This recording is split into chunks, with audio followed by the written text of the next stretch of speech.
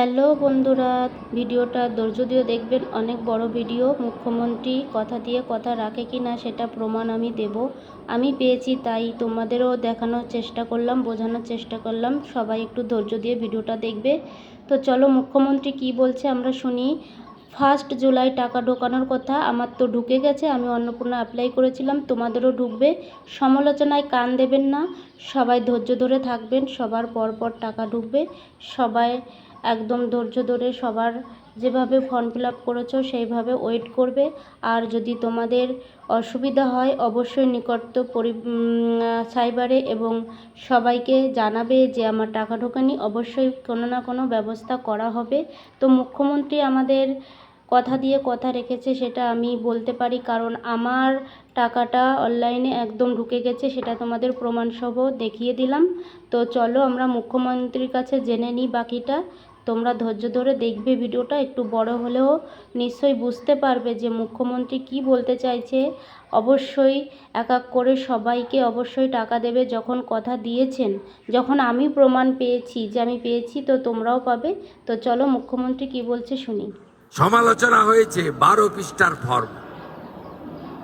Actually 4টে পৃষ্ঠা ছাড়া fill up করার ছিল না, আর একবার আপনি ফিল আপ করে দিয়েছেন, একেবারে পোর্টালে আপলোড হয়ে গেছে। শুধু এই স্কিম নয়, ভারত সরকার, পশ্চিমবঙ্গ সরকারের আরো অসংখ্য স্কিমে আপনি সুযোগ পাবেন। আপনাকে আর দ্বিতীয়বার ফর্ম ফিল আপ করতে হবে না। তাই আপনারাও সহযোগিতা করেছেন, আমরাও আপনাদেরকে, আপনাদের ধৈর্যকে আমরা কুর্নিশ জানাই। আমরা 4 দিন ব্যাপী যে জনকল্যাণ শিবির করেছিলাম, এই জনকল্যাণ শিবিরে 8,15,000 দিদি এবং বোন অন্নপূর্ণা যোজনায় নাম নথিভুক্ত করেছিলেন।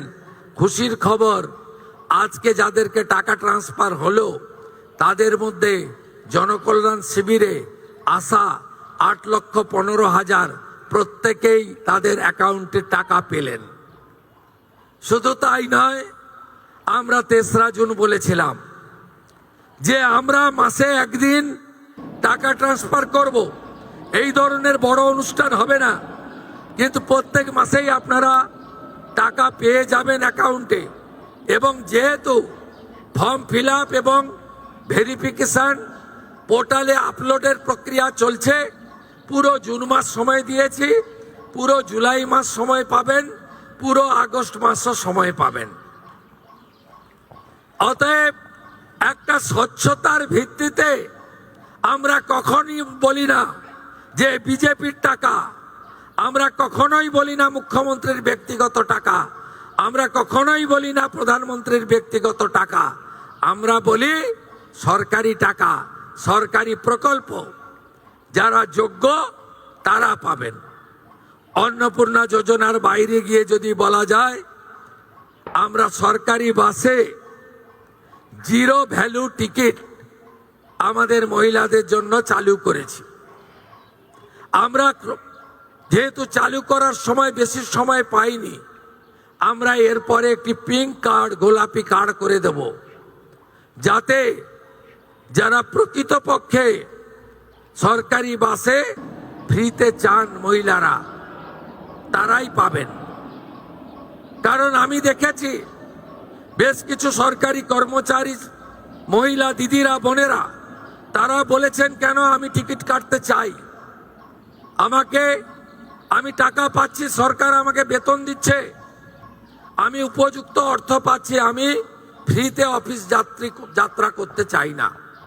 আমি তাদেরকে কুর্নিশ জানাই যে তারা চান যে এই ধরনের অর্থনৈতিক সাপোর্ট, সহায়তাযুক্ত কর্মসূচি কেবলমাত্র প্রকৃত প্রাপকদের কাছেই যাক, ছাত্রীদের কাছে যাক, চা বাগানের শ্রমিকদের কাছে যাক, অন্যান্য চিকিৎসা করতে আসা গ্রামের মহিলাদের কাছে ফ্রিতে তারা বাসে ভ্রমণের সুযোগ পাক।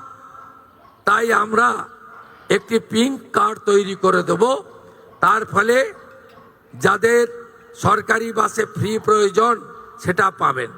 এই কাজে আমাদের বছরে প্রায় অতিরিক্ত 300 কোটি টাকা ভর্তুকি হিসাবে এনবিএসটিসি, ডাব্লিউবিটিসি এবং সাউথ বেঙ্গল স্টেট ট্রান্সপোর্ট কর্পোরেশনকে দিতে হচ্ছে। আমরা এবারের বাজেটে আমাদের নারী শক্তিকে জন্য কি কি করেছি, প্রথম আজকেই ডক্টর বিধান রায়ের জন্ম এবং প্রয়াণ দিবসে, চিকিৎসক দিবসে আমরা প্রসূতি মায়েদের জন্য 102 নাম্বার যুক্ত 200টি অ্যাম্বুলেন্স উদ্বোধন করলাম আজকে। 200টি। এটি সমস্ত হেলথ সেন্টারগুলো, হসপিটালেতে স্বাস্থ্য দপ্তর ডিস্ট্রিবিউট করে দেবে। নানা ধরনের কন্টেন্ট দেখার জন্য লাইক করুন, শেয়ার করুন আমাদের ফেসবুক পেজ, সাবস্ক্রাইব করুন আমাদের ইউটিউব চ্যানেল। পাশাপাশি অন্যান্য ব্রেকিং নিউজের জন্য অবশ্যই চোখ রাখুন রিপাবলিক বাংলায়।